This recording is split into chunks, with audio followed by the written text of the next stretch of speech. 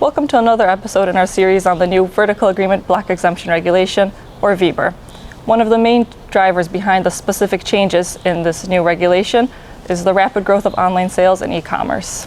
So in this episode, we will outline the highlights and key changes on e-commerce, impact on e-commerce under the new VBER.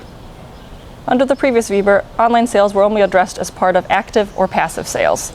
In the new regulation, they are directly addressed and defined as restrictions which directly or indirectly have the object of preventing effective use on the internet. Therefore, businesses in their self-assessment have to ask the question whether a certain clause is a de facto ban on online sales. In that case, such a clause is not allowed under the new regulation.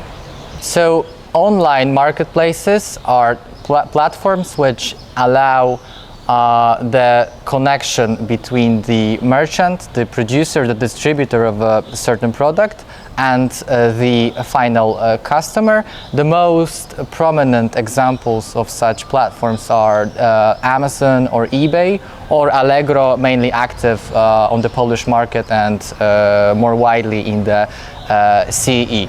So some producers of certain products have and still are imposing certain restrictions on the distribution channels of their products, which are imposed on merchants and distributors of such products.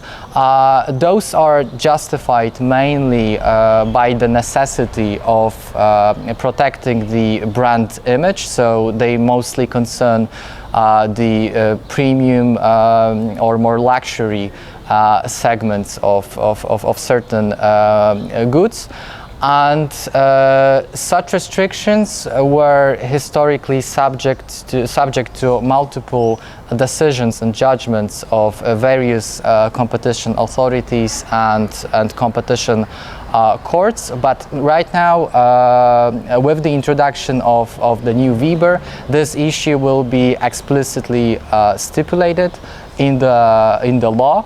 So such restrictions will be permissible as long as the market threshold of 30% is not exceeded, and as long as there are some objective qualitative protection arguments in place, and the restriction does not result in the de facto ban on online sales altogether. So, for example, sales via other channels, such as directly by the distributor via its own website, are still permissible. The previous VBER did not address online marketplaces. The new one does clarify the approach of European competition authorities to such marketplaces. They are treated as suppliers, even if they do not take part in a transaction that they facilitate.